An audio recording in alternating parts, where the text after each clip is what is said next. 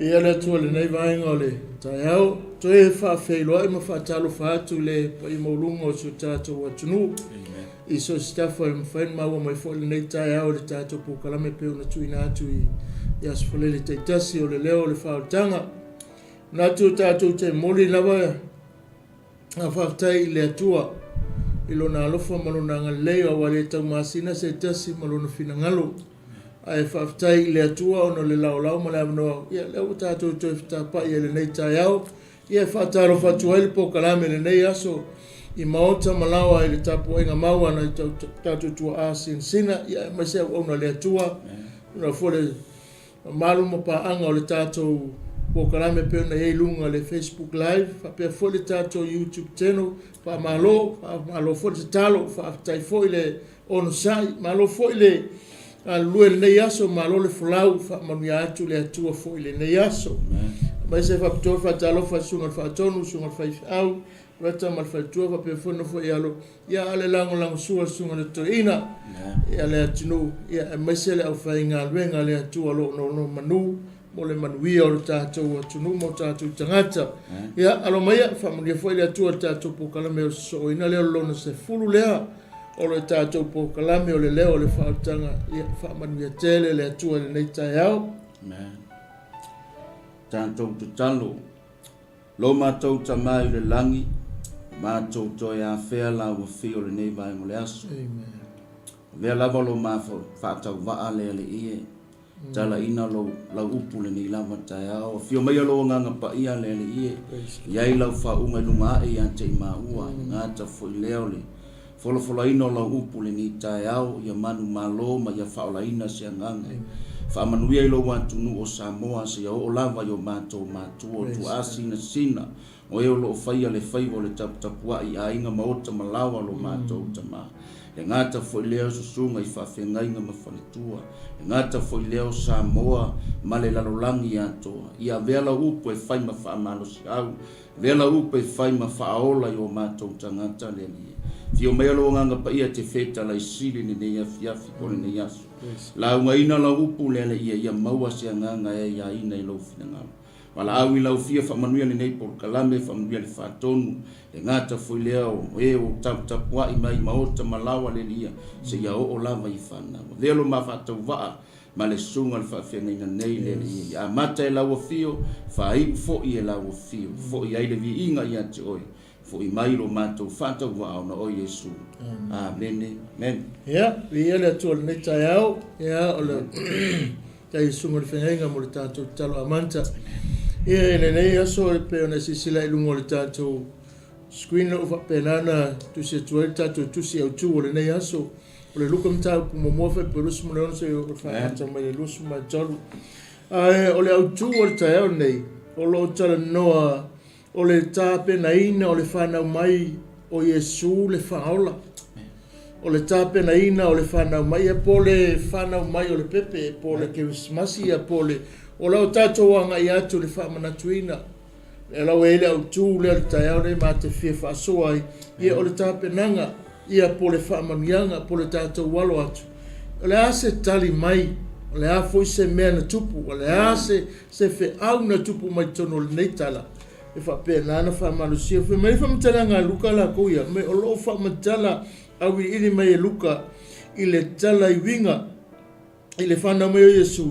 E a mata mai lava lana whanau mai lona laititi, se o lona matua ma lona whaonga ina, se o ai lona maliu ma lona toitu manu malo. O le whaatino ina, o le ngā luenga sa whapenana a wina mai, e le atua lona alo ina ia ma ngalo le laulangi, whaola ina le laulangi, ma ia maua tangata uma, le ola e whaavau. Whamoe moe na, o tusinga whaila ngā Luka o lau mea hawe ma whapenana o ia o se tangata sili o na lelei ma ato atoa o le ala foi lea na ofo ina mai eilo na ola mo tangata uma ina ia ola ma whapenana whapea ina matalia ina tangata le whaolataga ke riso le ala ele tatou tusi le taeao nei i le mataupunga e muamua lua ono se i whangata mela le tolu wanu pastor O le ono masina ua wina mai ai e le tua le angelu o kapili elu le ai o kalalaia. O nasa weta le inoa i le taupou o le ainga o TAVITA.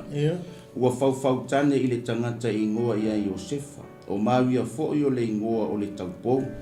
Ua urufale mai le angelu i ante ia. O na whaapea mai le o ia. Si o ua lofa i ante oe le ua lofa ina. Ua i ante oe le ali. A ua atu wale o ia i lana upu.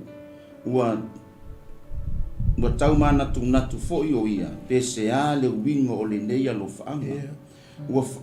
Ua fai mai fo'i le angelu i ante ia. Mawi ai, aua e te fefe. Aua ua lofa ina mai oe e le atua. Fauta fo'i o le ato oe ma e whanauina se tamatane. E te whaingoa i ante ia o Yesu. E sili o ia e tā ua fo'i o le alo o le sili ese. E fo'a i atu e le ali le atua i ante ia le nofoa inga o TAVITA lona tamaa. E fai o ia matupu i le ainga o Iakopo e whaavavau. O lona malo fo'i e le aisona ngataanga. O na fai atu le o Maria i le angelu. A whape fea le na lea mea nei. A wā o te lei loa se tangi. Ua Talimalie le angelu i ante ia. E fio ifo le anganga pa ia i lunga i ante oe. E whaamamalu ifo fo'i i ante oe le mana o le sili ese. O le mea lea e ta ua ai le tama pa ia e whanau mai o le alo o le tua. Whauta fo'i o lou a inga o Elisabeta. Ua to o ia ina ua loo matua. O le tane, o le tama tane fo'i lana tama. O le ono masina le ne i le ta ua e pā. A wa e le ai lava se mea e tasi e le mawhaia e le tua. Ua fai atu Maria whauta. O au nei o le au na aleli. Ia whaia ia te au. E tusa malau whetalainga. O nā alu ese ai lea o le angelu ia te ia. Amen. Ia, vi ia le atua le nei tai au pe o le wa e o masa mo le au tu o le tai au nei o ma te fia tai tala noa. Le winga o le whanau mai o le pepe lea. A o le wha moe o le atua mo le nalolangi. Ia a o le leo foi o le FAAOLATAGA. Na alanga ina. Ai maise o le whaataua ina ma le whaatautonga le atua o lona wha moe lea. E ala ino na alo. I le tangata ua whina ngalo ai o ia. Ina ia maua tangata uma. O e whaatuatua mataritonu. O e ua vea ma whanau. O e ua ofu atu o lato loto. O e ua lato te tala atu. Ilo lato whaalonga. O e ua lato i o ina. Le mea lufa wa o lole tatu tala noa. O se mea whainga tā tele le whe awa a mai a Maria. Ele o se mea whainga o fie. Me mo mua ele i whapena tupu mo mua lea. Le fo i tu ainga whe au. Ma le wha moe pe o nei. Ele i tupu mo mua. Le fwa kupu lea. O se mea mawa ai fo i ma se mea matau tia lala whain ka fo i lea. Ma sa whapena ana le talia ngō fie tangata. Ai masele to tonu ai o Israel po utaia. I le wha longo atu. Ai mase fo le tūlanga na iai. Ia le whe au lena mai. Yala le sa tau mawhaia le atua. E whapena na intervene te tonu ia Josefa ma Maria. Langa o le wha moe le whe au nei. Na o le tangata tali tonu ma i oelonga loto. O le atua e ona tonu le mele. Le whe au lea. Le whanau o tala noa. I le tae au le nei. I le au mainga le atua le FAAOLATAGA. Ele i whai ngofie. Se i o ina whanau mai Yesu. Le alawa e whapena o na ngungulu le lalolangi. Ele i tali ngofie tangata le mele. Ele i tali ngofie foi e Israel le whamatalanga ina ua maua tala o Maria leo o whapena o le ato ai. O ia o le a whanau mai le tamapa ia. Ele whalongo le whaitaunga nei. Ele whai ngofie. Ele whaingofi, e tele i langi whawhika uli, e kele ni mena tutupu, e kele ni mena ui, e Maria i le taimi o le tau whai e wha, tali tonu winga longa loto, ina ia whaia le mea ua whinangalo ina atua. Ia whana tatu tala noa i le Sunday, ina ia whaingofia o na tātou malo, la se whe au, o le whe au o le whilebu, o le whe au o le FAAOLATAGA, o rau tali a ina o le pepe. I lo talia ina i le Christmas o lo wanga ia tu te tonu mea umala e anga ia. E le o le pāki le wha moe moe. E le o le whampia le wha moe moe. E le o le taua le wha moe moe. E le o le misa le nā le ai. E le o le wha penana tā pena ini mea te teli. O lo talia ina ma le loto wha maulalo. Whai mai le whai e tolu suma e walu la tu e whai tautasi. E tusa ma le whai awa le atua le taiaone. E punga e tolu suma e walu. Ua whai atu Maria, whauta, o au nei o le au na aleli, ia whaia ia te au e tusa ma lau whetalainga, o nā ese ai lea o le angelu ia te ia. Na i o e le atua, langa ele ilo e Maria, ele ilo fo Iosefa te ilo ana tau wha tutu, ha ima fo Iosefa ile langona le, wa ele whaingo fie, pe ata tu le loloto tu langa ngā tūlara ia wha so i fuanga tangata. E whaingatanga talia le mea lea. Ae ona o le atua le na whaia mea uma o ia e pule aia i anga awala e whaatino ai. A sa whaatino le awala e ui uma mea tangata so i fua e whanau mai. I te tongo le manawa le whawhine. Lea lai ei le tala lea. Loa wha matala i ina ua saule whe au ia Maria. Me mua ka kaunka kuroa. O Maria le se, o Maria le se tangata tau o loa, e se ainga milionea le tau o le teine lea. O le ainga e matitiwa lima vai vai. Sa whaale sa ua sa wele whe au. Lua o le si mei e malamlama i le tala lea. O nasa weta, kasi ia piko ngu, piko silinga o ngaonga me kukupu mai ma leanga kanka. E tutupu mai ei. E le se tala anga o le pito ngu. Ai ba ai o en mena whai le atua. Ua whaangai le atua le mea vai vai le tangata le tau oloa. To e sawalu ai o le mea pito siri na le manuia le soifuanga e ola mai e. A le ei tangata o lo whaangai o ina mai e. Le ala tatu te tala noa e. Peo na tala noa le tau whaamamanga le whaipunga e lusu mula noa pas. I le mea la e tala noa e. I le amatanga ngai ngari kakope. Peo na tala noa ai le fionga le atua.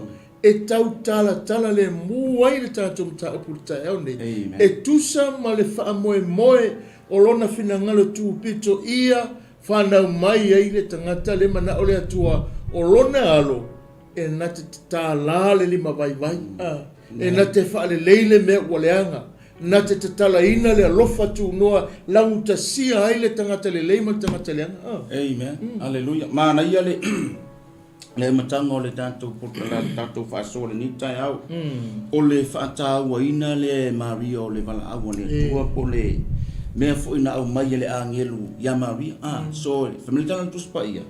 E leo si tangata tau o loa, leo si tangata magoa. Ai o le whao ngā ina le tua o le tangata. Mea fo le awane e tanu e whaapasti le wala au, pia wala au mai le tua ia tia. A o oi lo teni o wala au mai le tua ia anti oi. Tania loa, whai loa.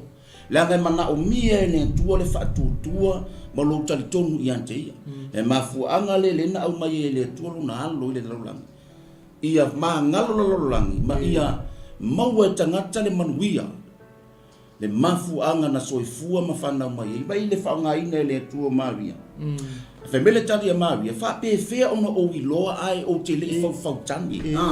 Ai whaimele tala le tua, o le ato oe ma e whanau ma isi tama pa ia. E te whaingoa ia Yesu. Lea la e whaipuna e tolu wha. Mai ona whai atu le o Maria i le angelu. A whape whea le nei mea nei. Awa o te le iloa se tani. Whaimei ua Talimalie le angelu i ante ia. E a fio ifo le anganga pa ia. O le anganga pa ia lea na fio ifo. Lea na mafuai o na toia ia Maria. Ma whanau mai ai le pepe. Whaingo ino Yesu. Le fui la tātou o le vai tau le nei. Le tātou whaatalitali le whanau mai o le masia. E le o le tali la o le whawhitau li o louto e alu tua. E le o le tele o mea e te whape ifo ai o le teimile ni oa. Le ai. E whao ngai le atua. Mea vai a vea ma mea manolosi. E whao ngai le atua. Tama vale e whao ngai le atua e tala ina lona finangalo. Le a fwila tātou o atu yaso fia ma pāti ma bea whapena. Aua ne e toi fo i lava i tu. Mai mau wale taimi. E leo le tali o whawhita ulu koe kango koe ulau le whangu. E leo le tali o le whawhita ulu kango e usi taniti. So le tali o le whawhita uli. O Yesu wale tali o meo. O i o le pepe fu. Amen. O le ka wai o le mele o tātou whāsoai. I le whaipunga o lo tala no whai mai, i le kala mari, ina ua sau le angelu, whai mai le tala le angelu ngā whainga, na whaali le angelu, ka pirelu. I le atua ia mana na whaatulangana, mana na pokalame. O le taime sau le angelu e lofo o le whiau le mele la sau. Pe o le whaonganga mai e ka pirelu. O le whiau, o le mai e le pokalame le atua. Na whaamau foi o lo i e whaamamonga i ngā perfecta. I le tusi kangelu e lima se lau tausanga talu ai momoa. Ia, ma tusi ngā tangelu ngai whaamatala mai. O mea ia, taime penana whaali mai le tusi e turi me le angelu e whailo. Ne whalana sa wale angelu e mai le whiau lea, ina ia whailoia Maria, a le ia o le taime e whaalau tele mai ile. E loa tele e tanganta le whaamoimoina le atua le waiai. Na sawala le angelu e whailoa, e whaamanatu pio Talimalie, le sa noa ngi.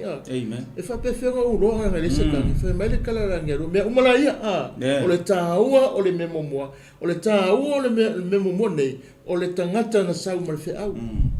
O le tangata ina ua sau le angelu, ma ia whaatulanga le lei, o le lei le whaatulanga le angelu le whiau na whaapena na whaanofi le muai. Le atu wale ma le fitoswa inga manatu langa lenga o le ngā tula o tangata. Ai ona ua malama la ia Maria. Ma inala na mawai se langona ina ua whaapena na maua se manatu. La pena whai atu langa e sau le angelu o le teine mativa lima vai e le tango lima. Sau fo le nu nga sa tele o se nu lele. Ia sa kelo sa ia manatu fa pena le langona.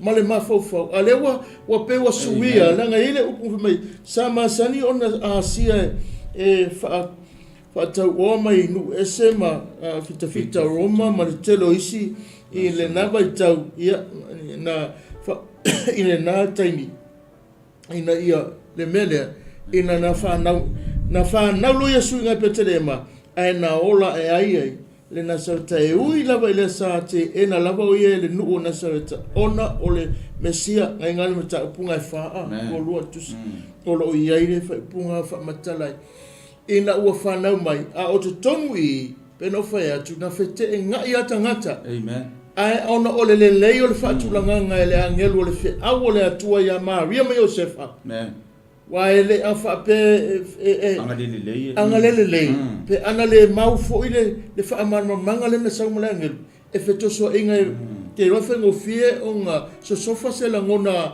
Maria mai o se fa mene angale kali ngo fie ai ona o tai ai le talitolunga le langa fa ro Maria le punga ia fa ia ta tusa male fina ngalo le tu ya fa inga o lo fa matara o Maria la o se tene tala vou. Amen. Ele o se tangata matua. Ele o se tangata ele whai momosa na to orua po sona ainga. Wa whaonga mai ele atua me momua. Saule angelo e whaapena na whaamalamalama. Saule angelo e whailoa. Saule angelo e whaapena na ta watu. Lua, talia e Maria le tūlanga le wala au tolu. Ia tātou tilo o le mea na sau e tangata. Ele e tau oloa.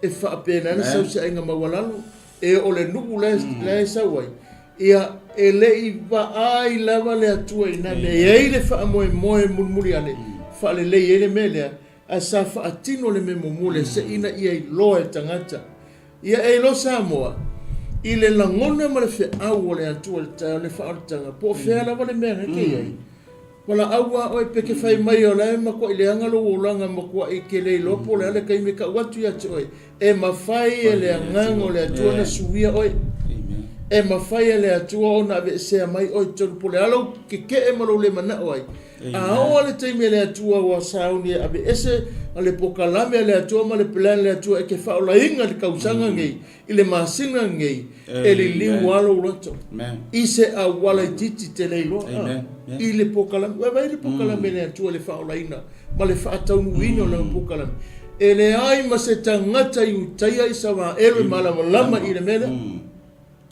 e o lava ia na Maria ma Josefa ai na ma nei lava le taimi nga sa wele angelu sa fau malia lava le langona le ia malama moa a malama lo to lo le po le ale ve vese o fafo mai la makwa ma sawa lo inga sawa lo o Maria o se tingi talango e mativa pe ta ina filifilia ele tua Maria mo se lana polo kalame masa ia usi usta ile yai a tonu e te manatu o lou to mai poto masani po o ngaluenga mawolunga e ono ave ai oe o se tangata au ona ile tua pe tai e mafai foi ona ia filifilia ina mafao nga ina oe pe a e fa tua ina o ia mai ma ia ke le sori vi ele tua fai mai e mafai ele tua o nga fa nga ina le tangata pe te le tamau ainga pe te mativa pe te le tau oloa aia e fa tua ina Yesu e vea marima fa ola ia taita e mafai ia mea uma o le ale me whaingata e mawhai ele ai se me le whaingata i le tua. So e whaingata le tangata, a o le tua e whaingofie me uma. Me le ele a, taria Yesu e vea marim whau. A wafo le ale maa ngai ole mele, tu so le e manatu alvele mga ku se tūlanga mawalunga, ta waloa le lei mea uma. O le sikanga wha mea uma, whakari se a to mamai mea umai. Au ke whaakari mea nei, koe ke mua mai wala au amu muri mea ke whaakari. Ai mai nei alo sau whapena, ma nei alo walu whapena langa o le atua, e lewa ai i mea e kau ki mamu whau. O le atua ai vai e na ua sau le atua wa mana o le atua fatau no langa pokalami ma le plan o mo le lalolangi i le FAAOLATAGA e le i faatali se i maua mai se tangata piko silinga atua a na sau lava na sau ai i sau i le tangata mawalala sau i le tangata whapena ke le mene manga i le kala whaipunga le tusinga ya kopo e wha o lo whapena o na whamatala e se le nei o le mo tangata di ka po fa pe o le tangata loto mawalalo e mai ke ele atu tangata fa mawalunga ai fo e lona alfu tu no loto mawalalo o ila le tana no ai na fa nga ele atu le loto le tene le va ai le mativa le va ai le mawalalo mo le ta wala ngo le atu na te fa e ina na te fa e ina e o le mena sa wai ya e fe lolo malia ma Joseph le menga ko mai tato ai o fe oina te whaleleia, oina te whalele, e whaleleia lea tu. Lea ngalinga, o le FAAOLATAGA, le leo le FAAOLATAGA, o le alofa tu no lea tu, le na whaanga mai, o le misterio lea, le tele o le teimine, o lo fetosua ina i pia langona mamana tu. O le langona na lea tua, ma le fina ngalo tutas, e te tauna tau tititi, ai se ale meu whanga. La le meu wala awile tu ai le tiro mai sa ka kaunga sau e ke la nga kopu ka kaunga alu o le alo le tupu e le wa ai le atua le na o le wa ai le atua na fai mai o fa pe lava ona lo fa mai le atua le langi o ino awina mai no na tari pele to tasi ina ia le fano se tasa a tato tiro le fa lingo le u fa mai tale tu spa ia o tangata ina tala no le fano e tala no ile tangata e ola ina le ngasala ma tangata leanga ile o tala no se me lei ma fua ona fano ona o le ngasala ai ona ua awina mai le ala fa ata ile lofa tu no ke wiso ina ia ora ta ua na o mai le tangata mawalalo se ia fa na mai le peronisa le langi ile tangata fena ui mai la wala fa mai pe chai e mawhaia o na filifilia ma whaolaina o e pe a e whatutuaina o. Ele i au ina mai ele tulu na alu se awala mawalunga. Whai mei na sau o ia ele awala mawalalo. Le ala foi leo le FAAOLATAGA. E longo pe le upu i ante oima. E tau alanga pe upu ne tuolanga le awala le na sau Yesu.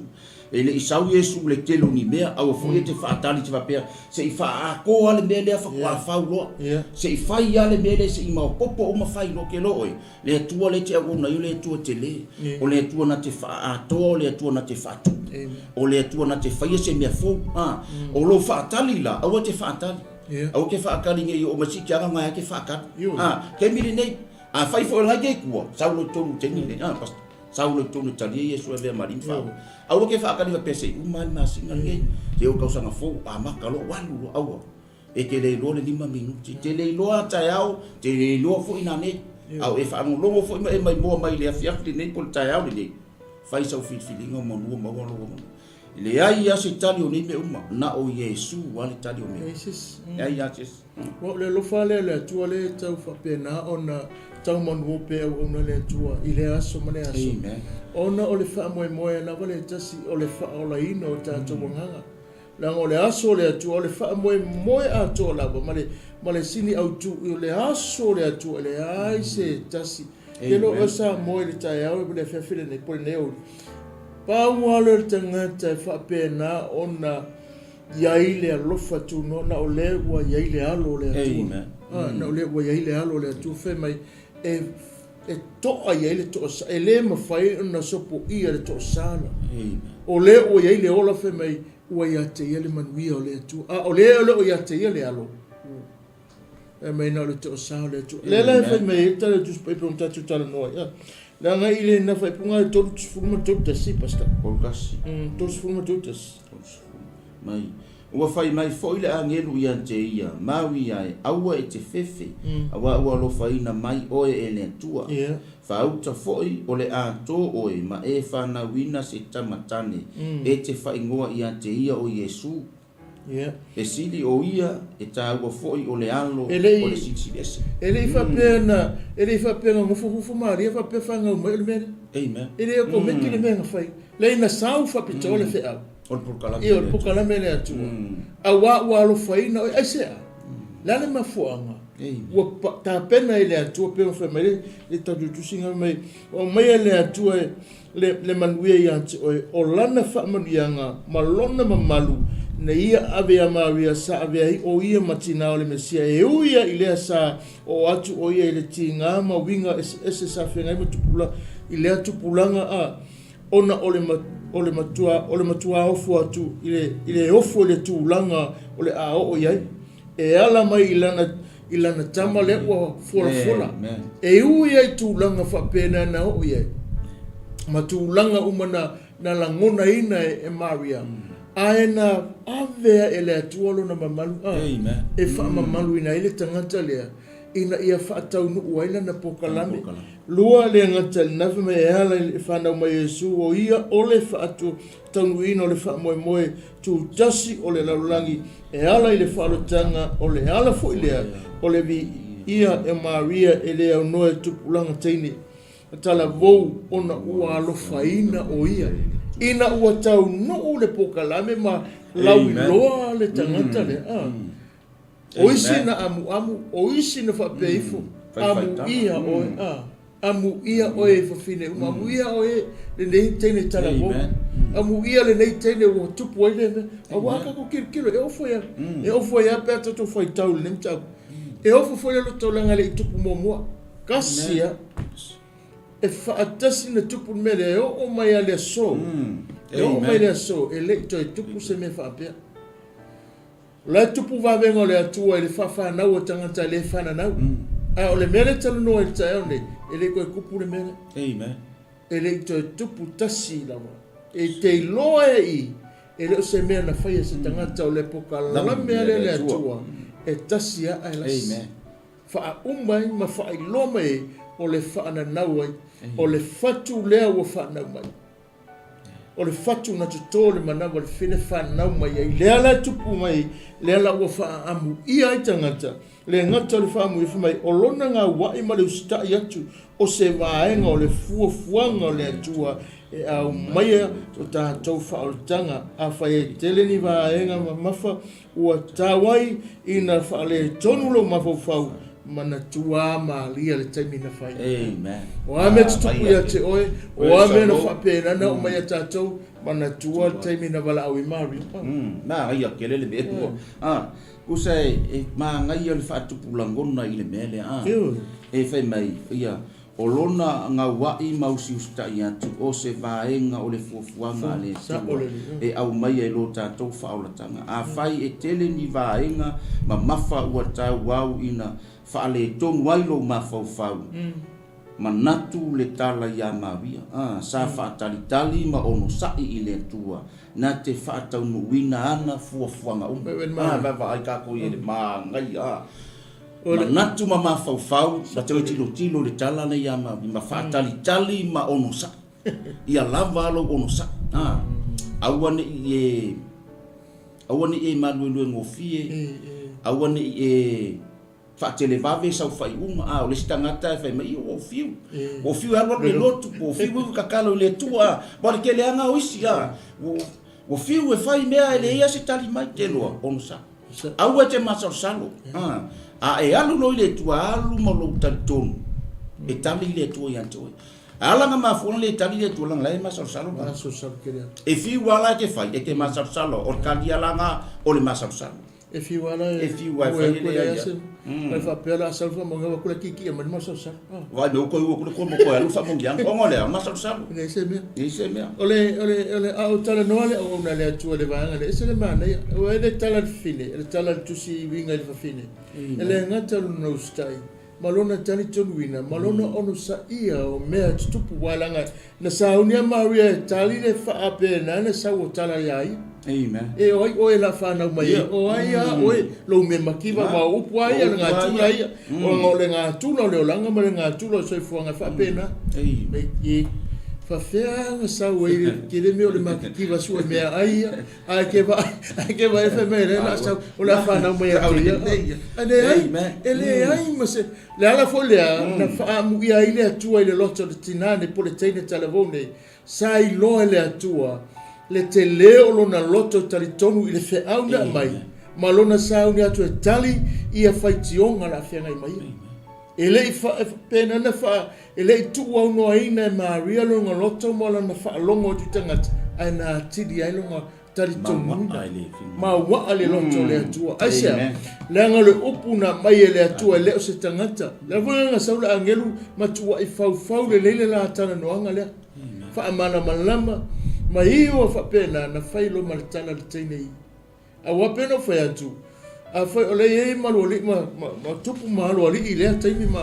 malato masiofu malato fa nau amen e ye la ngona fa pena oi o ko oi ke sau oi lo meu di va e fai o puai e talo ke le lo se me ia mea ke le roa e tonga kusile ngoi e sele mea le la ngona ia whaitangata ai sau le atua le ala le ngalenga wha amanu ia hatili le atua le whawhine le ngā whawhinge e loto mawalalo o le whawhine e tali tonu I le atua lea na sau iei le whiau le ala whananga ai whanungu longo me whane nei tae au o e mawhawhau te nau manuia le atua e te ono sai whawhitau ele ma fainga ka ko maua ele ma faina o maua ina ele ma fainga ko wo ko I manuia le atua pe a ele ui atu fa vitau amen e pena ta o le fe au ile le tai o le masa sa pe on tal nole o mori a ko punta mo fa poe lima se I fa ngata me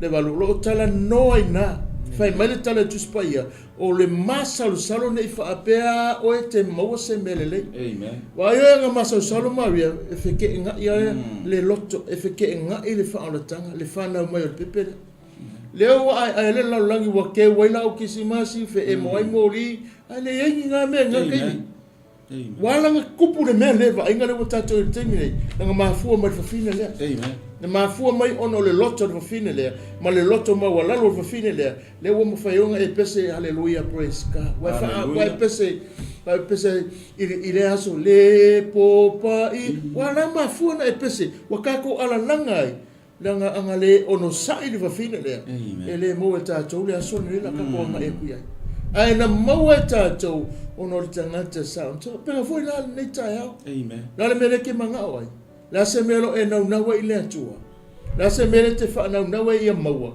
I le nei tau sanga wha peo nei tau sanga te taro awa ke pupole amen ono sa e nga ono sa e le pine lava ono tali mai le atua amen e le vave mai le tuai mai ai e ono sa e tutonunga wha atino le tua se manga ia e lui tau e tatou o nisi teimi fa mai o ile ai le vangole o la koe fu o la me ko a wa ki koe ka ngapa mai ko ko mai le ko fa fo se ilo na bala au le tu e O le ala le nga fa mo tele atu spaia.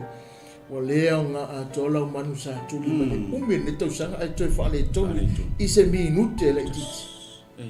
Ono sa'i. Ono sa'i. Ono sa'i ma fa 𝚟𝚙𝚎𝚘𝚘. Wa fa America la tu sia kopo. O le masa sa. E fa tu sai pea worsa. Pea worsa. Ngai fa pea. E fe la fona fo. Te lo oi. Au e te masa sa. O Yesu wa le tali o mea. Tuli ala man. Au e ki po le. Le la umma le tau sanga le nei. Tuli ala man le mo.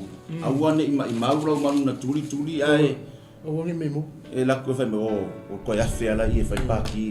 A kongo i e mau wai. Ele maua se manuia le atua te tongi di o fa pe. E te fiwe fai ele mo. E mana tu foi fa pe ke alu ke pa ki ma fa fi no. E ke e ma fai ka ko e ka ko ka fa foi ta longa ma ka ko fi fa ta se le pues ele le fa mana tuina. A o long to e fo e fa tino me. Me le tale tu spa ia. E te le loa le 5 minuti. Amen. A o le fe au nga le taiao. O lo fa manatu ma fa pe na tala no ia tso. Na fa me tala tu spa ia. Fa me ia le si vainga na i fa ponga to se ta tu o Yesu o le ngo ele, o le ngo e pero o Yosua. O le fa matalanga, o le fa mala maina, o le fa aola. Le winga le o lo na ngo ina o fa pe na fa matala. E fa matal pe o na tala no le Yosua ngam ta mo lo o lo tala no le taimi o le lave ina o Israel. O lo tala no o i o le faola la le na tala no ai le na lenga mai ana le leila le loto mo le amai ngore fe au matalia ngo talia le tangata loto maulalo ma ono sai le tangata le eleva aita to le lo for o le faola le ma le fa manianga le suafo Yesu fa malolo aita to ma waita to le manuia tala ifa to o le mana onga le ai to mailo nganga le leia tatou le aso ala le ola le tatou te ola kasi ia ma venga te o le va ai mai le manava ma le ola nei tau sanga ka ko kilo ai le matau tia le alofa amen ono le tangata le na fana mai amen ono le tangata le na fana mai la ve ina o ini fa la ve ono tupu amen e ono mai ma werso fu ma le ola o lana ngal wenga alofa le ia ma ngalo sili le mena fai ua ma ngalo ila la vai ma ka ukia o le si me alo fapito sili le ona ta ua le tangata o le si aka fapia se longa bo me se me ka mo le fapia o si me alo fa e te lo o le si me alo fasili ya o le ola o lo ma na va o lo wa o le si tai au ma le si tai au o lo wa le fai fi au manga benga o me alo fa me o le asi me sili atu na lo ola ma le soifua le ama ye ne tules au ke fa pese longa me nia fi che ke le fo ia fai mai o le mea lo fa le mea le ai o lo mana vaina le e to tonu mo lo feula mai fa o le mea fa kai vi ia le tua o dia mai le ni tai fo ma le nei o uli ma le nei fiafia te lo o mea le tua se le na ni tupe mani mea ai e o le tangata a e maua le ola o le mea lo fa pito sili ale on taua ole vaenga longa tolu le wo ele ta tano ole sile mea na valo ia mai fa mai le sen tui no mo atu na fo fola ele atua ia TAVITA ole atu maule malo TAVITA fa vau ile losa melu ta po fitsu ono mai na fa atu mauina anguina le nei for folanga ile fio mai o Yesu ole tupu anga tonu le o TAVITA lon tama ina ua tatala ma whaeloa, le winga o le whaau o le whaolatanga, na polo misi ma whaeloa. Peo na whae le tala na taupunga iwa tu se isa e whae mai ua whanau mai mo tātou le tama, e ilo na ua le malo o o sisi ese o le whaipule o le atu malos. O le ali o le while mo. O le atala noa ai, o le whaataunu ina, o le pokalame ma le fufuanga le atua, e le ngata o le valo ia ina, i le senturi walu, i le whanau mai ma le fola mai o le a whanau mai le atali o TAVITA o le tala noa ai le na whaatau nuu i le una i lona whanau mai o i tonu a lenga confirm mai pe na whaatau nuu ele lua sa mwemu tau pe fitu whai pa sumo le ono o wa whaapena na whaatau nuu mai i lona whanau mai e whaatau nuu ai le poka lame le atua ina ia whaaola ina le lalolanga ma ngalo ia i lona I lona soifua le tangata ngasala. Na ia to tongi le tātou tau. Amen. Ma ia whaamangalo tātou. I le whaatau nuina. O le whanau maina Iesu. I se taupou o se vā venga. O se vāenga whainga tā o na talitonu. Iai le toa tele. Ona o vāenga nei e tolu.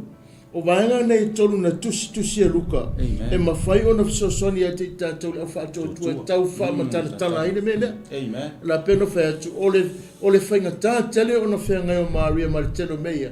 A le manei fo i o le whaamamanga e Luka la koia. O ana tusinga mana whaamamunga. O Luka o se fo ma. Masa ia I loa le lei o le awala e maua ai le pepe. Se manu e pei lava o na whaingatā ia te ia o na taritonu. I le whanau mai o se taupo. Pei o foi o I tātou. Ai na tā ua o se mea moni. O le whamatalanga la Luka. Se manu e se eilanga tatonua. Se manu e whapena o na ese sanga langona. Langa o le whanau mai. Whanau le tala mo mai. O se mai langa whamarea. Sa lei loa le lei I le awala. Sa nei loa le lei awala mo mai le pepe. Se manua e pei lava o na whainga tāia te ia o na talitonu. I le whanau mai o le taupou. E pei fo I o tātou. O le mea lenga kauwhe tosoa inga ila ngona le tustala. Sa tau whainga tape no whatu. E le whainga o whiele tabia tangata langa. E se fo le ko inga whiau. E se fo le to inga whainga na whai ele atua. A le tana noale ia Luka. O le toi wha tūlanga ina lea. O le matau tia o le whiau lea. Na wa ai ia. O le whanau mai o le tau pose ngā tūlanga whapea. E le I kupu mōmua laulangi. Lea la ai te au whamau ni whamani me mōmua. Ai na ia tā ua o se mea moni. Na whaamau ni e longoloto. E le ai o le atua le ona le mea. Nga o le atua lo. E le o se pokalame se tangata. E o se mea sisi. E le o se vaenga se tangata ma fo me mea. Pokalame le atua. Pokalame le atua. Ai te loa anga le a foi whaatua matari tonu. Le loto le tangata le fo mai lea. Ma ia matua sue. Awa tala tuspaia alu kesu. Sa maua le so ta inga Maria mai foi maluka. E whaamatala matau foi tusi. Le winga o le whaamatala nga malona talitonunga lea. Lea wa ia whai mai. E lea e moni lava le mea lea. Ai tā ua se mea moni. O Luka o se tangata suesue. Ma whiri ngā. Na whaavaela na whaawhenga. Whaevangalia I tala na waaia. Tino iai. Whai mai le tana tuku. Sa la tala noa mamawia e winga I mea na tutupu. Na ia whaamanuia I manatu. I mata upu mua e lua. O le whaamatalanga le nei a Maria. Ai le o se tala na fatu. Wai o le me mana ia le amas. E le me mana ia le o le iloa ai. O le tāua tele o le melenga. Na whai e Luka. O le tangata na su e le leile ma tāupu ne. Su e le leile ma tāupu. E le tupuro oso loa whai goa. Ke kiroa sa mua le taimine. Wai le whetosua inga o le tātou atunu le tele o tala whea vea. Angi mai le matangi le lai tu sau manisi wha matalanga. Angi mai I saulu mai I sautua I. Wai ku nge wai ku le lopo whea kongu le mea sao where me Kake aru iai. Ae ona o le tangata tā matuana nau whia maua se mea le lei. Ma tonu le atua. O le si me manei le tala lea. O le sa o le tangata te alu ke whikalango iai. Le si mea tā wale na. Sa o le le tangata te alu tala no iai. O la le mea lete I loma lete mia o la le mea lete. Na sa o ale tangata na luei ia Luka. Wa whaile la tala noanga ma Maria. E maua mai whaamatalanga. Wa ele whaamakalanga me ronga luanga I manei apasta. Na mai o le whaamatalanga le nei a Maria. A e le o se tala na fatu. Amen. Ele o se mea na fatu. Ele o se mea na tupu mai ronga. Wa kele whaalinga wha mai. Wa ai. No whaalunga. O kikiro. Ele o se mea. O le mea lea. Whai mai o le mea moni ele o se le kala ngolu ka fai mai ele I se mea na fatu mai le loto o Maria. O le mea na mai le nganga pai. O le Maria. Amen. O le mangai ke le mele. Sa mo mana tunu pere pe o le ele neve. O le melo ngolua na tala no ele ia luka fai mai. Me mo moa e fa mauni ale mau. Melo ngolua na iloa ele ni tala fatu le melo. O le mea mo ia le mele tala no. O le melo no tolu. O ke mesiano mai utaia o e ta wa ile atua ele na fuafuaina mea uma e te tau ona talitonu e iai le atua le mana e fuafuaina ai se tamaititi I manava o tau pou. Wa whalongo e le manatu o tangata tu stala ma le poto o le atua na tuku o tatu. Hallelujah. Whai mei o keusiano, mai o keusiano mai utaia o tau o e tāpuai I le atua, o le na fuafuaina mea uma, e ta tau o na taritonu iai, e iai le atua, o le mana e fuafuaina ai, se tamaititi I le manama o le taupo. E mawhai e le atua mea uma, peifo ia o na whai e le atua ma, ave le vala, le anganga pa ia Maria, ia whanau mai se tamatani, whai ngoa ia Yesu. O le manatu o le tūstala, ele o whaapea, ele o se manatu, fo le na fatu ele tangata. Pe o se langona na amai, lesi tangata, whai mai ina ua maua e Luka, whai mai na sa ili masu e sue, matu wantu I le tua mea uma, na whaali mai e le tua le me tau ona whai. Ele o se manatu la mai le tangata, a o le manatu na amai le anganga pa ia, ia te ila ua Maria, le ana mafua ai, ona iai le tamaititi le manama o le taupo. So la o ai ale whawhine le taimili nei, e mawhai le tuana whai wawenga I whawhine le whananau. E o mai le taimili nei, ai o le mea lena o le tala lea, e le toi tupu le mea lea, leanga e tasia, e le tala vuile le tasia e afi, e tasia le mea lea, ai wawenga le tua I whai whawhine, fo I e le whananau, e mawhai le tuana whai le mea na, e o mai ale taimili nei, I lo tali tonu le na, ma lo tali aina le nau Yesu e vea mari ma whao. E le se me whingatai le tua.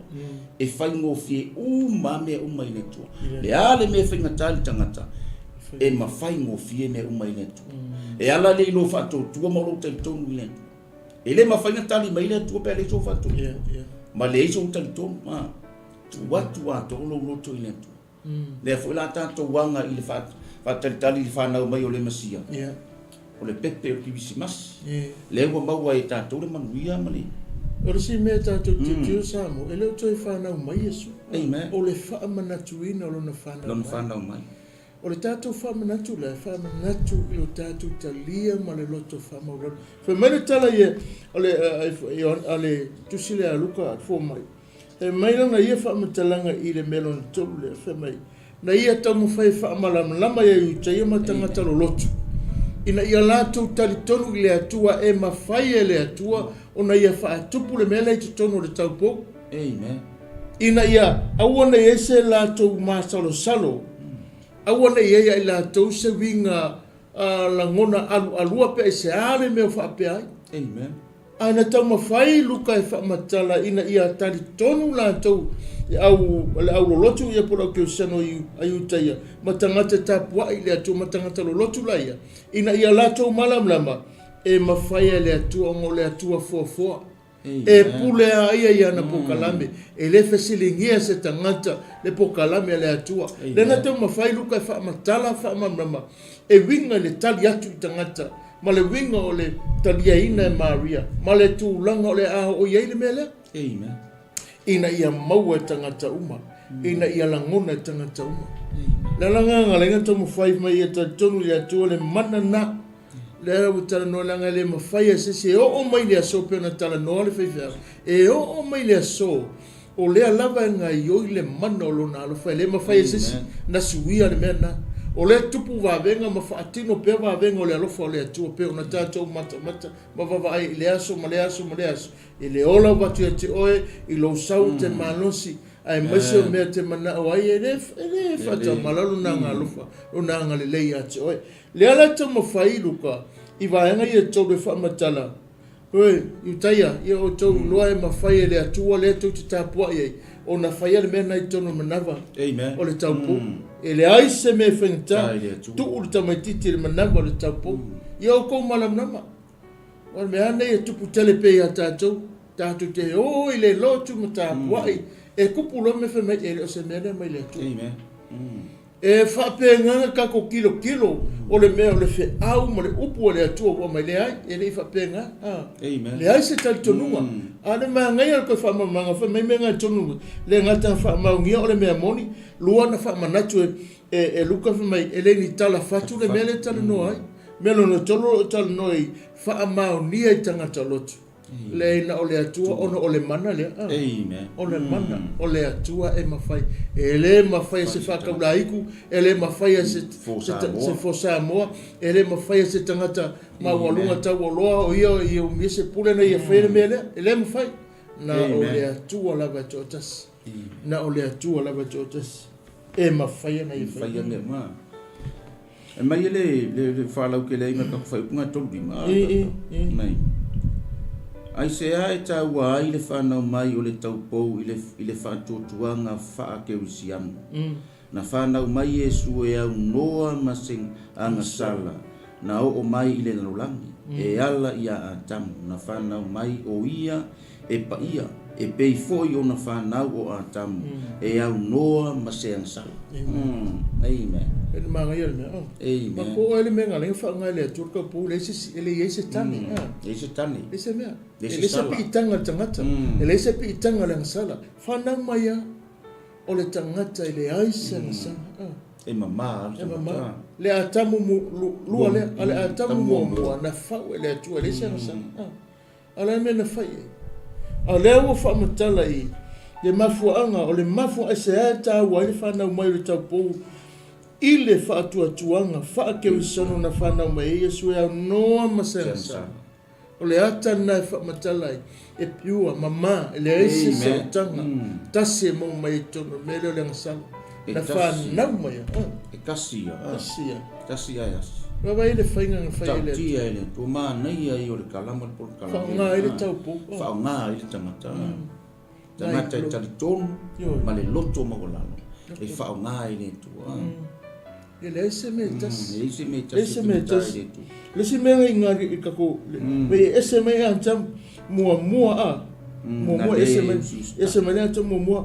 Le na le ususta i le atua. A sa ususta i Iesu le atua ma sa fea ngai o ia ma le whaataunuina o le ofo ina atu o lona soifua e sutulanga mo tangata ma avea ai tātou ma tangata taliaina le atua.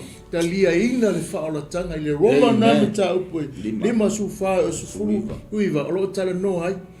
Ese le akamu mua le whaalongo mausta i le atua. Ma le atamu longa lua nausita ia le finangalo le atua. Ma maliwai avea ai o ia malik ma whaola. I so se tangata famele momoli Ioane mata mofe pesulu ila tau mona talia o ia whaatuatolo sofa na watuele na manuia. Amen. E le mawhainga kako manguia pe awhai ke le kalia. Le Iesu e whai mari ma whaola. O le si tāua o lo talia ino o le tangata lea. Whai le lua konito mta upo e liuwhai pe sufu whai mai. O se o ia ke wiso tangata fōria. Whauta wa mawai me tuai. Wa alu ese, wa abe ese o whai mamaina. Whefu mai ina ua tātou whape nana talia ina ususta i atu. Ususta i a Iesu le atua ma sa whea ngai. O le ususta i a Iesu lon tama e a wala fo e a tātou le tūlanga le kakaunga kako wola ina le mea tau le. Ususta i apas. Ma e tā ua i o le upule o kako o ia ia. Mai e whai mei sa ususta i Iesu i le atua ma sa whea ngai o ia ma se wha taunu wina o le foina ato lona soifua. E sui tūlanga mo i tātou ma avea ai tātou matangata e talia ina le atua. O le ofoina atu o le soifua au ono le tangata. E ofoina mai lele la mai nale le atua lona alo Iesu ke viso.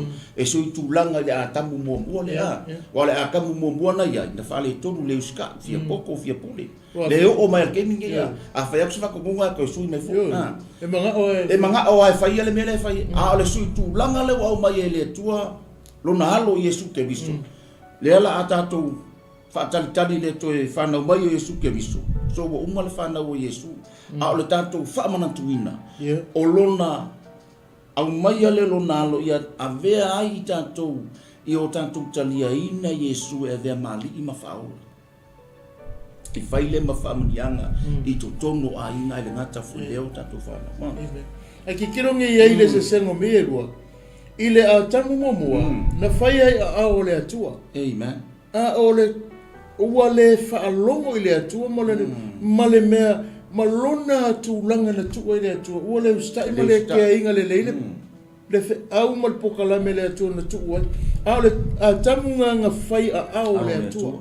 Le a tamu lona lua, e na whai le atua I le manawa o le whawhine. Le ana au mai ai, ina ia whapena o na tā pena ina mana tua o tele tuspa ia awawanga sala tanga tau maua o lea o ailewi inga lea tua talu mai a tamu lea.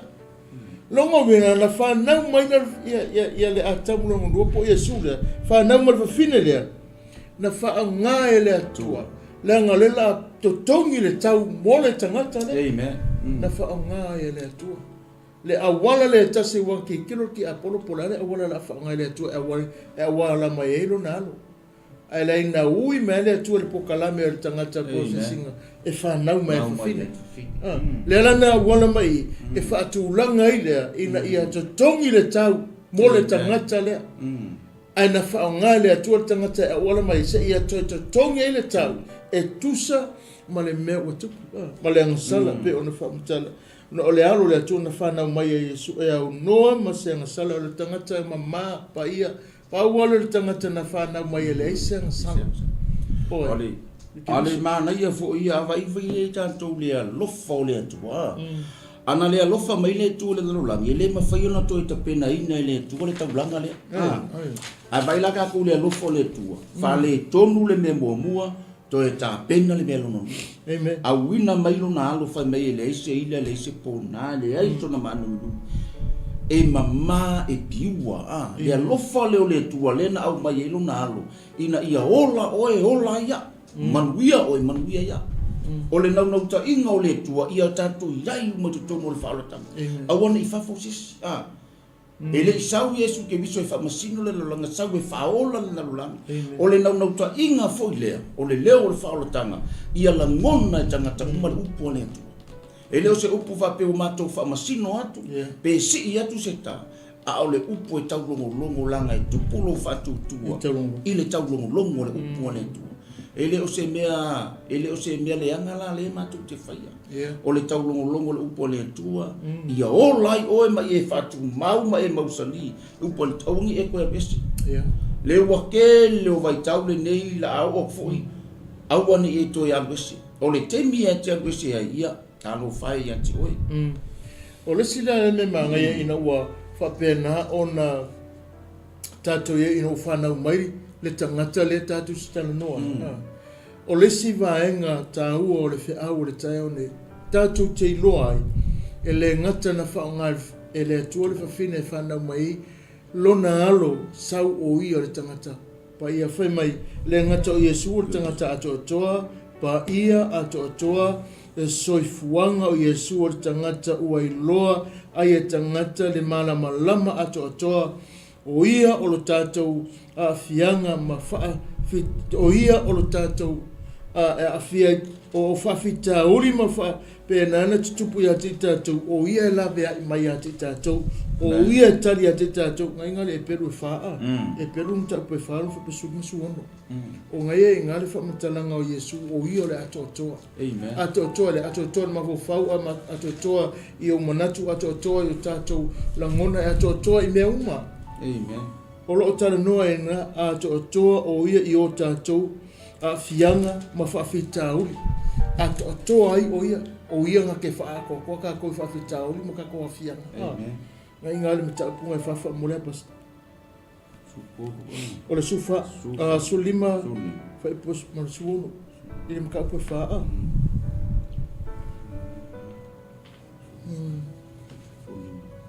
Awa ele ia te I tātou se o si taulanga sili. Ele mawhai ona ti ngā le alofa whatasi mai tātou I o tātou vai. Amen. A ua whaa o so ina o ia I mea uma, ke pei o I tātou, a ua le ai se anga sala ia te ia. O le mea lea ia tātou whaalatanga atu ai, ma le loto tele I le nofo ali, o le alofa tu noa, ina ia alofa ina ai, o I tātou ia maua ai, fo I le alofa tu noa, e fe soso ani mai yo waso e te tawai. Amen. Ole winga ngā le whamanatu pe ona whamanatu e tusia ai peru e wha, o lo tala no ai. O I o le atoa. Atoa I mea uma, atoa I tatou whafi tauri, atoa I tatou fianga I le nei o langa tatou te iai. Atoa I tatou mawhawhau tatou whai unga. O I o le atoa. E te tau e ona tatou tali tonu ai.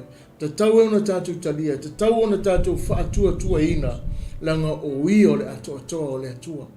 Atoa I mea uma. Amen. Le ngatana mai o I o le atua o lo o ia te ia le pule ma le mana e whaasaoloto ai le tangata mai ia ngasala. Kolosa no mta ue sutol sukima lo tala noanga lai a te ia. O lo whaamaurafa mai so se tase whaamauralo matalia ia wha mai ona so loia selo le sala mai a te ia. O I lato umana talia o iena watu ele na manuia. So loia se o le manuia la tala noi, o le manuia ele o tala noi ate o le manuia o le lalolangi le nei. O le tala noa taimi, o le awhai uai pe a e talia ia sue whai marima whaola. O le wana ia te tongi la was le tātou wangasala, o le ua ia whaamangalo tātou, o le ua solo ia sea mea umana tātou wai ai, o le na whaamangalo tātou wa mio leanga manawa. Amen. Lea whamai kala le salamu e tolu whai bue, mo mua ngai whamai, lo ngai whaamunu atu ia Iova, mea mfua toni te whaamunu no sofa ia, lo ngai whaamunu atu ia Iova, awa fua ne ingalo se me tasi ona mea nofa, o le na whaamangalo ina wa mio leanga manawa. Wai ene matautia. O le loto ngai te tauna e lo le atoa, o I o le atua o lo whapena mai, e mawhai e so se te ngata o na whai lo atu o na mawhawhaunga, o ona langona mea uma o lo oe, manao ia Yesu, sa iai o ia whaatasi mai tātou e mawhaia, fo I ona sosoni a te tātou, e lo le leia o langona. Nanga sa ola leo langa le kau kia o lai apas. Sa tātou wola whaatasi, I le ngā kaimi. Ai tātou telefana nau mai. O se langona lau so se mea lava tupu.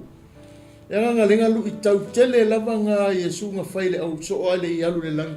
Lima tau pa su fasu, lima su wono su fit. Me o tau loto te tele. O manu malo le lalu langi. O te lo le leia meia. Me o tau loto te tele. O manu malo le lalu. O manu malo fo te fo ina tia te o tau le wha apeo na o watu le lalu langi. Nale winga whamatalanga. E wha loma ia te I tātou. Ai ananga a fia tātou ma tutupu menei. O le lea ia se kako kaimi wera mai. Amen. Lea se kako kaimi. O lea se kako kaimi mai Yesu. Wakeli lo kako kaimi e alu. I mea kako ke manga ngao ai. Awala titi lo tātou teimi e whaavanoa mo Yesu. Le foi le fa melitala tu spai au te tuatu le poi ma tu atu. Ai a se tase whaalonga mai tatala. Faiso wavanoa faiso teimi ta ua fo ia. O lea vaenga o ele tātou whasoa. E ala mo ta tupu mea whapea. Kele o kako ke milusi. Walu I mea kako te mana na o ai. Ai tua na I lava le tua. Ala ai tua le tua whataritari. Ai o mafua ni nea o ma ono o tātou. Avela o tu so wavanoa. Tu se teimi e whaavanoa. Te rua mafutai ma le tua. So se teimi ia. Teimi ia. E le manga ia. O lou tau, o lou whaatau a ina la le mele. Ma lou I o ina. Lou nā tatonu. I le tātou iaina le si ui o tātou pokalame pe o na ere whai puna tosu mai wara. O lo tala noa e ngā. Le whaamala malamai. E se le manga ia le mele. Alma nei o lana upunga e whai e ngā. Le nga whai e angerua. Le talanga maria nga whai e angerua. Mai ua whai atu maria. Whauta. O au nei o le au na aleni ia whaia ia te au e tusa malau whe talaina o nā ese ai lea o le angelu ia te ia. Ai whalongo le upupea se ia le se me o tupu. Amen. Ai whalongo o sa mua le talo tangata o lai lo o langa lai o la Maria le tino whaatasi pe o le tātou soi fuanga. Amen. Ua tali Maria lo na tali tonunga. A o longa loto lewe iai e malama le tūlanga le a o iai le tala no e fa ipunga tosu mai wa fa mai fa mtana ngo Maria malana tala e winga ila na to ila nganga pa ia safa pe isi pe ua tau le angalo na mafofa e mai isi sa fai pe Maria e ui lava tu langa la matia e iaiona e iai o ia ona ole le tali tonu tangata ile mea ole atupu ae safa pe ifo e fa atau nu lava pe e lo ia fa atau nu pe lava lo fina ngalo ia tea ole upu ole tangata fa matana mai ai ele ai se si mea ua ia te ia Amen. ele ai se si mea ilu matu pe tua mai wa siliatu na ilo le pu ua to ina mau ia ia la tala moi Amen. ole maangaia ia le koe whafa manatu whai melesi anga whamatalanga ina ua whai atu le tala na Maria na te le iloa ina le maoae whai mai na te le iloa ina le maoae ole nei awanoa ole a ia maua ina ia sa e maua ina ia sa na o ia e loa ua wala au mai eile atua ia te ia masa ia ustai ma le loto a toa ia ia mena e le iloa Maria e leilo e Maria fa mai ina ua fai atu le tala na Maria na te leiloa o se mai o na te leiloa le maoae o le atu ai ngā langona o le atu inga whaamatalaga wa ia faia e whaamatala atu ai le ai e le whaapea o le asa e sui o lava upu ia e whaamatala mai o le a savalia e le tina po le tua fine po le nei tene talavo o ne whawhitauli o ngaonga. O whawhitauli o na fia ailo na siusio manga whale mawhauwhau. Amen. O whawhitauli o na lamatia ailo na lona soifua maloloina. Ai na ia whaia mani mauti noa langa ilanga upu mai. Ia whaatau nuu pea lofina ngalo. Ia tea. O kase manga ia kase. Ina ua whai atu le tala le na Maria na te leiloa le maoai ngai o le upule i whai meo le maoai o le lei ma le avanoa o le aia mauaina sa na aona ia i loa ua wala au mai le atua i ante ia ma sa ia o si tai ma le loto malie o le mana ia fo ia o le tāua o le tala ina ua o si tai ma whaalongo ana le o si tai fo i malia ma whaapeifo whaftai le tua le ua maua le avanoa na ia whao ngā ina ma ia whao ngā le lei ma ia whao ngā tatau o le avanoa ke lo o le avanoa o se mea le au maua Amen. Ai na whao ngā tatau e Maria e iei le pokalame ma le polo misia le tua e tupu ia te ia le whao ngā ina la le Maria le avanoa le awa mafua ai ona maua me le tau ai le awa ni e whapasia le avanoa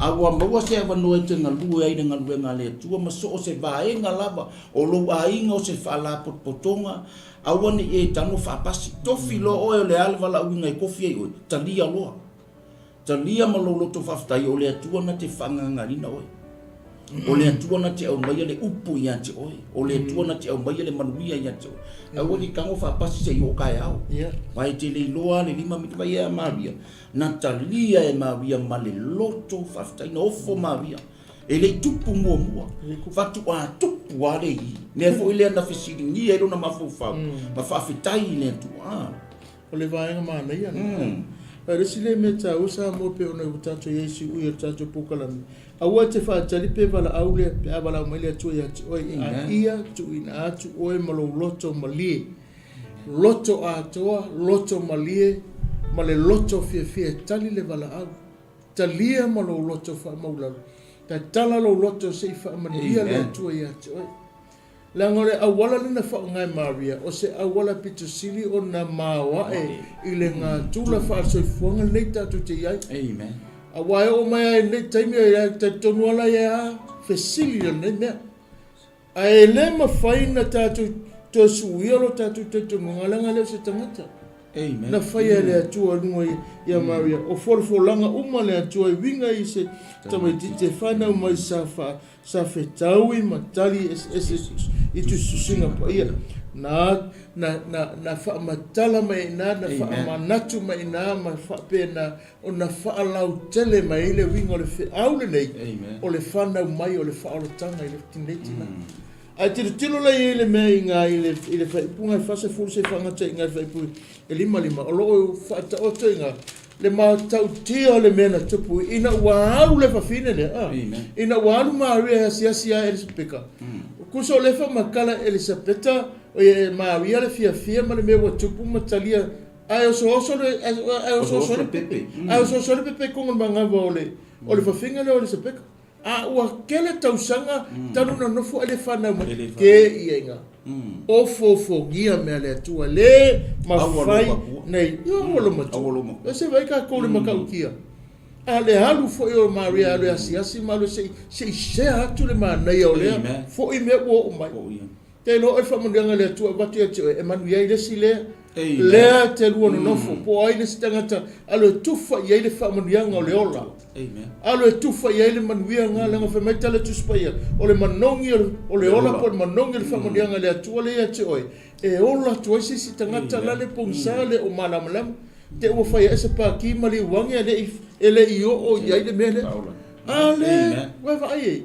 o le alu o mali e asi makafao imala sei o fa pena na fia le loto fi fa makala ia ese peka langa lai loa e Maria wa umina no nofo sakalia ma ale fana a le aso le se wa ke I fa no ko so pepe ko ngol manga ballo mo langa ngale langa ren ka ho fere atole en korko inga o so ko pisa so mo le tu ka ofi o ko pisa se e ngu wa ku ne ka mi se fa ngau ma e wa fa la ke mi ola ka ina makokia o le mana ongo le atua tau no loto faftai o le matautia nga o le lofa tu no ma fautanga amen i le tu faftai le tu le wa tanto ofresi u yo le tanto fa boy por tanto por kalami mai na ata sawa le va a pel amo ai ya que ese tu valu tu iba su lima sa le masalo sa kavia o Maria sa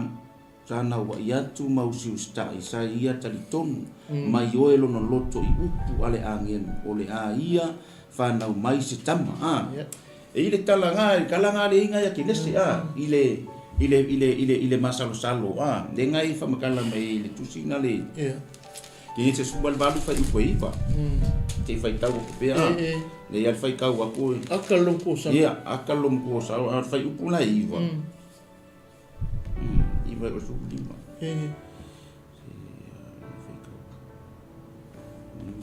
mai wana tofa yatu ya te ia o fea o iai lawa va o sawa ona Talimalie le o ia fauta o lo o ile fale lava ona fa pe atu le o ia o te toe fo I mai lava ia te oe ile na tausanga fauta fo I e fa na mai lawa va o sawa o le tamatani a o whaalongolongo ane fo o sawa I le whaitotoa o lona whale. Ie sa iona tua. O apero amo fo I masawa. Ua manatu ila ua tele lava lo la tausanga. Ua mawai fo I ia sawa. O le sawa le tu o fine. Ona ata le mule o sawa. Ua whapea. Ua o lo o matua. Na vaina le mele. Whai mai ua lo o matua. So la fa pe sawa ia ele mafai ona toi o se ava ai le matauti o me ale tu ele lo si tangata fa na wal tangata lo matua o le tina o le si meta wa tina e fa longo me fo ta wa tele lo to maulalo amen le ngalwenga le tu ele fa ye lunga fa ilalo o le lango fo o le tina e fa manuia ile atu ia tu ona o le fafine lo Maria o se fafine lo to maulalo tele na la inga fu ona saule atu ele alu le atu se tanga te fa maulunga por tele tu se Jacopo mata upunga fa ele alu ile atu I fa pono fa me ele alu le te ele atu fa maulunga a fa longo me fo le tina la ngafe au le so ne fa tan ana fa na mai ati oi o le pai male au le fa alanu na o le ola I tonu se ainga o le manai o se ainga ma se kalesia e no fo se tina e mawalalo le loto e fa pena na ola ina le manuia o le atua e le mafai lava e se isi na suia po kala mene atua o fai tau atua le fai pumulmuli le fa umatatu po kala mai e manuia fo ile fa fine tal tonu awa e tau nuu upu na whetalai mai le ali ia te ia. E manuia fo le whawhine talitonu tina, ai maisa le nei tai au, e manuia le whawhine talitonu. O le ale tu ainga, le ale mele tai e le taimine. Le ale tu ainga tangata le tai e le taimine. Ai e loa o oi o le tangata na whanawina, le FAAOLATAGA ma le tala le leia ke wiso. Whaonga ia Maria whai masui o tau tina. Amen. E loa o tau na whapena na tupunga mai na manawa le tas. Na te whanawina. Whanawina. O le tina na mafua ai, le to ilalo le amatanga fofonga le atua. Ona o le se seo le mea na alwai. A o le tina foi na toi amata i le atua la na FAAOLATAGA i le lalolangi. Na ui mai le tina le tas. E sea, e iai le pae ma le auli te tonu o se ainga na mana o le atua e whaataunu o ela na fofonga lea o le tina. Pea no whai atu i le amatanga o le tina na wha le tonu ai. I le wha le kongu ia akam, na wha le tonu o le tina. A o le toi whaatu langa i le atua ina ua toi whaatu lai mai le melo na le atamulonga lua na toi wha ngā fo e le atua lea le teine po le tina e whanau o le whaatanga. Tina, o le tina wheme e manuia le tina tari tonu. Amen. Ina ua whetalai mai le atua. Ia, o le whai unga ngā le tātou pōkalame i le nei afiafi, nei tuaso, wha manuia tele le atua, e pe o na tātou e. Ia, o le sunga pe se me whiwhapopo, ia, whai watoi lai. Ia, ne ia le atua, ia whawhitai le ua mai a fo le pōkalame, ia po le upa le atua, ia. E fo isenga ngana ua sala, ia. La fo inu le ai ngā. Mami atu por kalame sungai whawhengai ngā te whuleo tu a sina so tātou tunu Samoa whamanu tere lava ni yaso i whaiwalo filima tute tono a inga o ngā luenga o lo whawhengai iai whamanianga le tua leo mo pui pui ngā te whuleo le lalolangi atoa ia inga wo mai masani ngā te whuleo nei ala ata whamanuia le whaatonu ma le whalitua ma le nofo ialo whamanuia fo i paanga masangi nunga le Facebook ma le YouTube ia le whamurianga le tōne whewhia nā ka whailea sunga whenenga nei o matolua whamanuia masanga whamanuia le tōno Yesu. Amen. Ia le tōne nei vaengo le aso malo lava le usai Samoa ia pe nana whamanuia tele le tōne tapoinga ia meserawa nei tō asinsina. Natu nei aso o le pokalamu muli le fole nei tausanga e momoli atoilo mātou wanganga whaatailo tapoinga malau tatalo ia whamanuia tele le atua mese fole sunga le whaatonu mo le avanoa sa au nai i nei masina o le nei tausanga ia wale nei pokalame o le leo le whaotanga mai se au na le atua lo tapuai tala soi fua momole atu le atua lo to soi fuma so mātou wola le la tausanga pe apule alo wharia uria tātou toi whita pa ia lungo pe au nganuang pe o tātou mafutai whamanuia tele le atua le alo atu whamanatu na Christmas ma tausanga fo ia maua se Christmas manuia ma se tausanga fo manuia le alofo ma le ngaleo le atua a mātou wola ma au na nei ma se sunga whaatonu i le alofo le atua manuia atu tātou paanga lunga le YouTube ma se fo le Facebook lo whaaftaina o tau talo ono Yesu. Amene. Ia tua mātou tamato e fo i le viinga i lau fiu. Awana ia te mātou whaaftai mo i pokalame o le le tausanga. O le nei aso ma se lava le moli ino lo walofa. Whaaftai mo le nei aso i le toi whaamanatu ia te mātou e moni ma le whaamaoni. Le asenga ngana wale o le au nanga o ona ma nei ia whaamaolalo whaamangalo whaamanuia e lungo e mai mo mata maise le alaata le klopo kintam TV whaalau teleina ma le whaamanianga lau fio i la ona whaatonu e maise le tāpua i le whaatua manufo ialo au na le atua lo au tau wā mai ia i leanga le lei ma le whaamanianga lau fio le mātu taro lea mau le viinga ma le whaamanui lau fio ono Yesu. Amen. Amen. Ia, whamanuia tele le atua, maua se weekend filemu ono Yesu. Amen.